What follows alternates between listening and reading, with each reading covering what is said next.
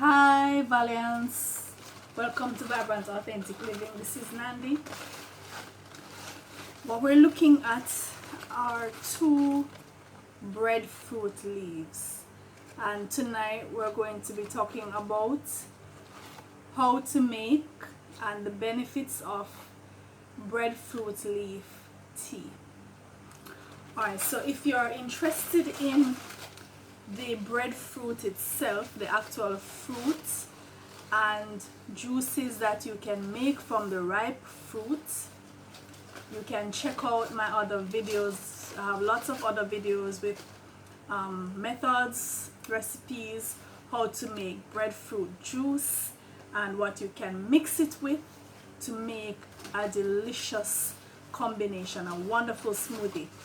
Especially one of my all-time favorites, the ripe breadfruit, mango and banana. You really need to try that one. And if you want to give it that extra little punch, put some coconut milk in it. Add some coconut milk to that. Ripe breadfruit, mango and ripe bananas, a complete hit. Alright, so that's for the fruit, the ripe fruit. But we're looking at the breadfruit leaf and the tea that you can make from the leaf and the benefits, the traditional uses and benefits of the leaf. Now I have also,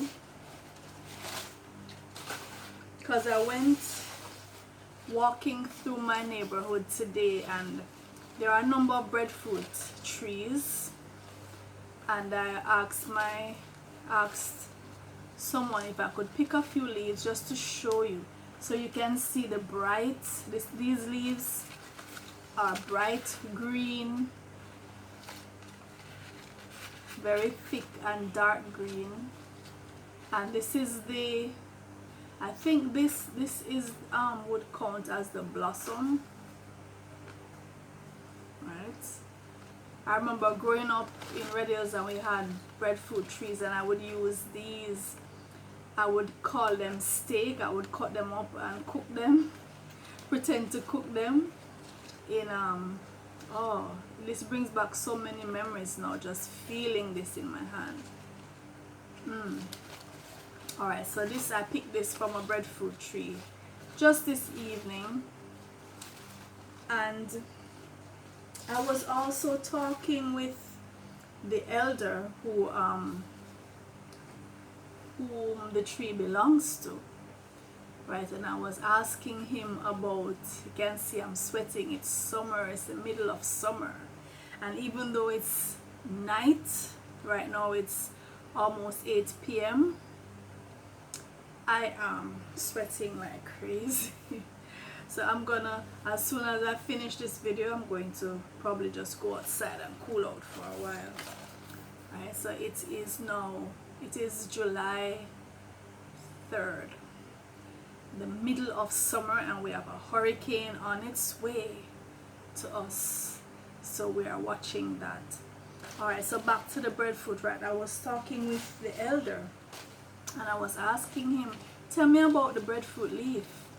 Tell me about the tea, you know, how it is made, what it is used for.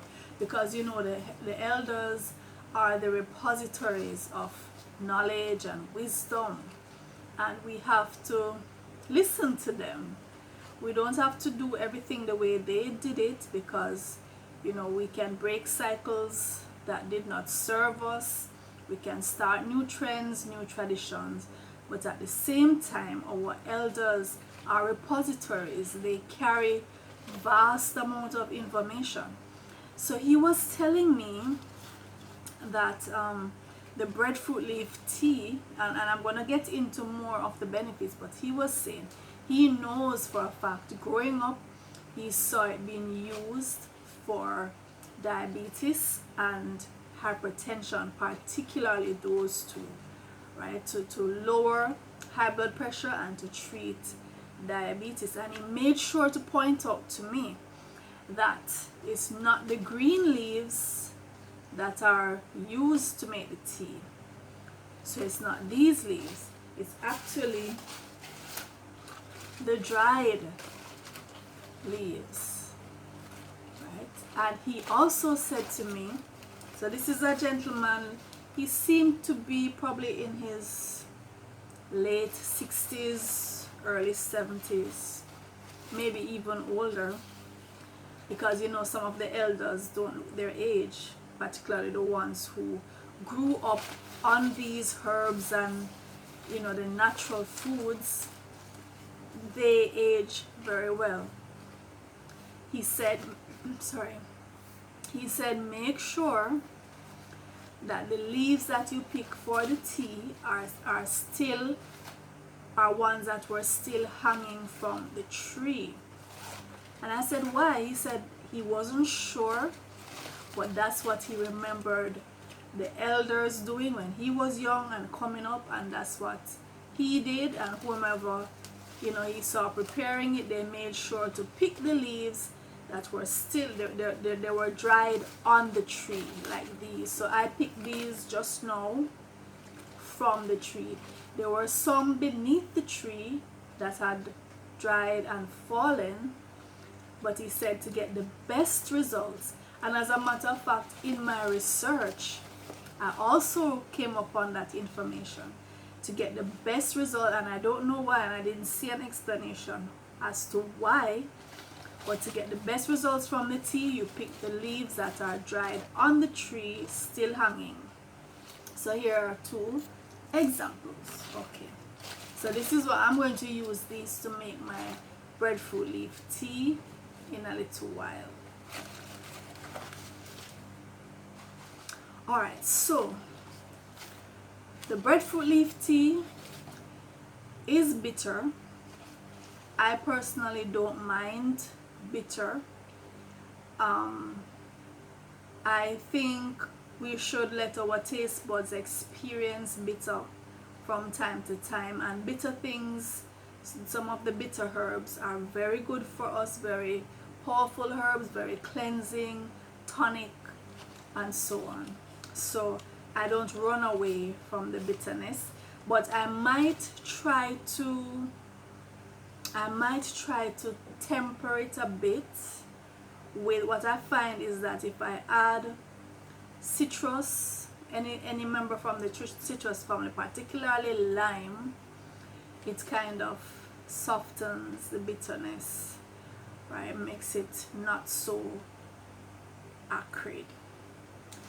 Alright, so let's look at the benefits. So as I said, traditionally, and when I say traditionally, I mean in the Caribbean, in Africa, in Asia, and any other country where the breadfruit has been used for over 3,000 years, traditionally the breadfruit leaf tea has been used to treat high blood pressure, hypertension, or low blood pressure, because actually the breadfruit leaf tea is said to normalize the blood pressure. So whether it is too high or it is too low, the breadfruit leaf tea has properties that either bring it down or make it go up to the point where you have normal blood pressure, which is excellent. It's an excellent property to have. The breadfruit leaf tea has also been used to heal wounds, and as a matter of fact, the latex, the sap, because when I just picked I picked these about an hour ago, and the white sap, the latex, was dripping from the stem where it was freshly picked. Now that sap is used to put on wounds, skin conditions, particularly those that are contagious. It will minimize those spreading to other persons. And the latex is also boiled sometimes, and that is also cooled and put on wounds or rashes and other skin infections. The breadfruit leaf tea is used to treat asthma, traditionally to treat back pain, ear infection, toothache, as well as renal disease, kidney disease, and conditions of the heart and liver disease, including hepatitis, the different types of hepatitis and other liver ailments. Now, another note that I came upon in my, and by the way, let me hold the dried leaves so that you are reminded that these are the leaves that you are to either boil or steep to make your tea. So let me keep these up because I was tending to hold the green leaves because they're just so pretty.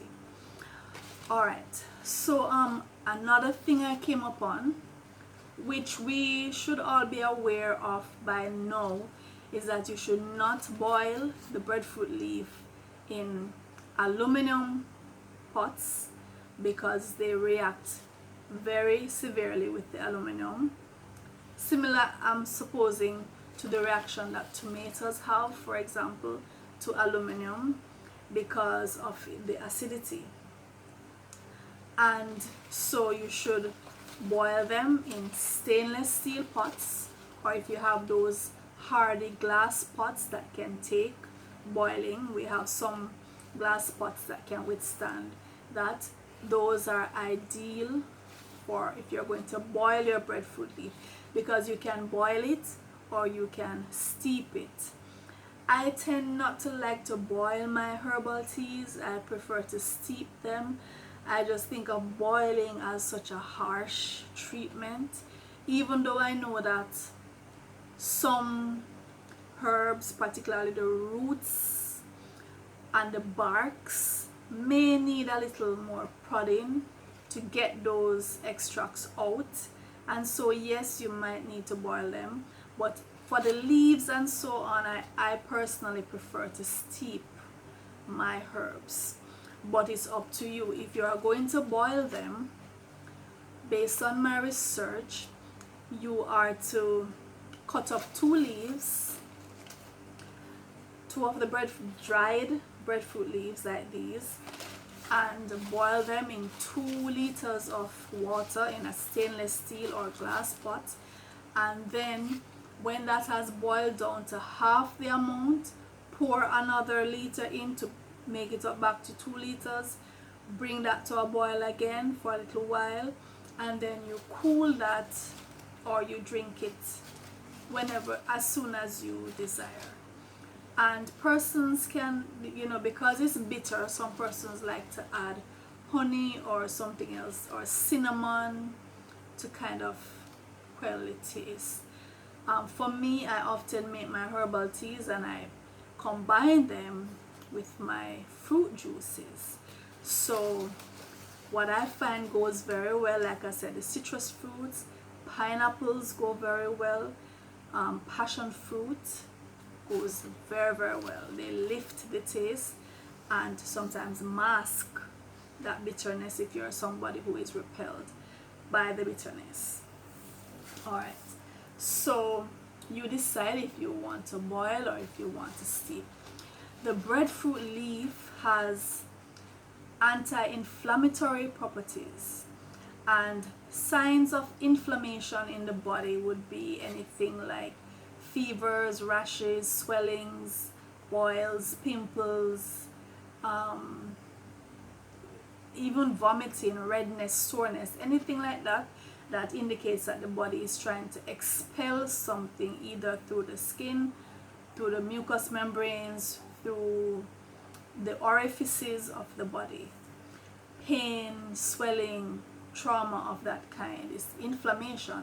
Now, anti-inflammatory herbs such as the breadfruit leaf, they quell inflammation. They go in and they soothe, they clean, and they allow the body to normalize itself so that it does not have that inflammatory response, whether it's to an allergen or to something that we have eaten that the body is saying you should not have eaten that, I want to get it out, and so I'm going to become inflamed to give you an indication that you need to get this out and don't put it back in.